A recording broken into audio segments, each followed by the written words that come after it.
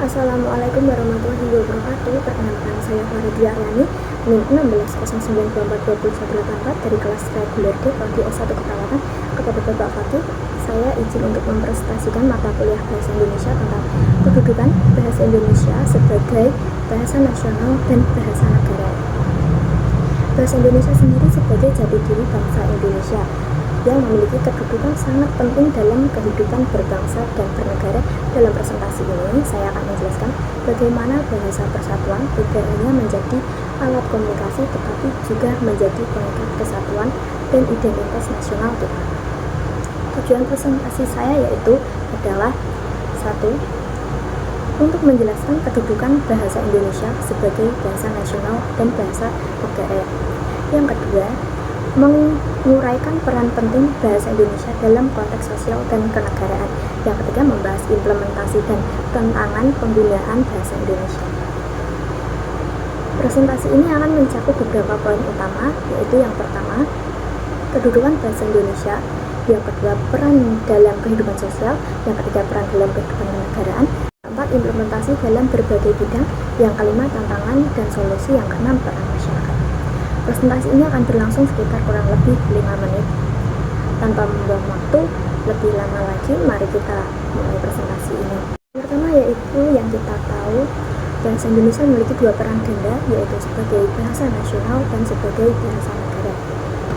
Dan ada pula sejarah singkatnya, yaitu di Sumpah Pemuda pada tanggal 28 Oktober 1928 yang berbunyi, "Kami putra dan putri Indonesia menjunjung bahasa persatuan bahasa Indonesia." Dan ada pula di dalam Undang-Undang Dasar 1945 di pasal 36 yang berbunyi, bahasa negara ialah bahasa Indonesia. Kemudian kedudukan sebagai bahasa nasional, yang pertama sebagai lambang kebanggaan nasional dan lambang identitas nasional. Ada pula alat pemersatu berbagai suku bangsa, dan ada pula alat perhubungan antar daerah dan antar budaya. Dan ada juga kedudukan sebagai bahasa negara. Yang pertama, bahasa resmi kenegaraan. Yang kedua, pengantar dalam dunia pendidikan. Yang ketiga, berhubungan di tingkat nasional. Dan yang keempat,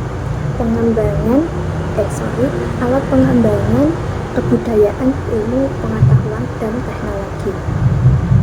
Kemudian ada pula fungsi bahasa Indonesia. Fungsi di tingkat nasional, yaitu komunikasi resmi.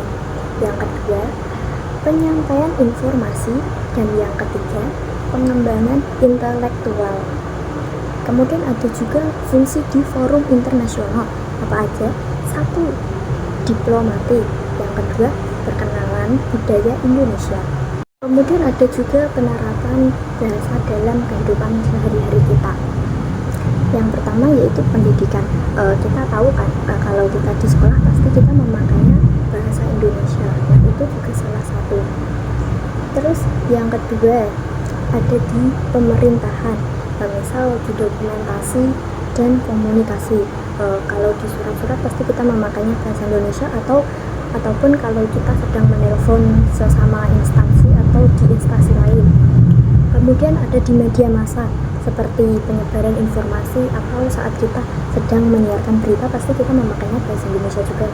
Nah, terus ada pula bisnis, di transaksi dan dokumentasi, itu sudah pasti kita akan menggunakan bahasa Indonesia di dalamnya. Terus ada pula tantangan. Yang pertama, pengaruh bahasa asing. Banyak sekali bahasa asing yang masuk ke negara kita, terutama dari Korea, yaitu dari kata oppa, annyeong, kamsahamnida. Nah, itu salah satu contohnya. Terus kemudian penggunaan bahasa gaul, banyak sekali bahasa begaul yang beredaran sekarang. Terus yang ketiga, kesalahan penggunaan bahasa baku. Itu anak-anak muda pasti salah dalam memakai bahasa baku juga banyak. Terus kurangnya minat generasi muda. Kemudian ada pula upaya pelestarian. Yang pertama, penggunaan bahasa di sekolah. Yang kedua, kampanye penggunaan bahasa Indonesia yang baik dan benar. Yang ketiga, pengembangan kamus dan pedoman berbahasa. Yang keempat, penyelenggaraan lomba dan kegiatan kebahasaan. Kita sudah sampai di akhir presentasi saya. Ada pula kesimpulan yang ingin saya jelaskan dalam presentasi saya, yaitu bahasa Indonesia sebagai bahasa pemersatu bangsa, sebagai identitas nasional, sebagai alat komunikasi resmi dan warisan budaya yang harus kita jaga. Oke, sekian dari saya. Terima kasih. Mohon maaf apabila ada salah kata. Wassalamualaikum warahmatullahi wabarakatuh.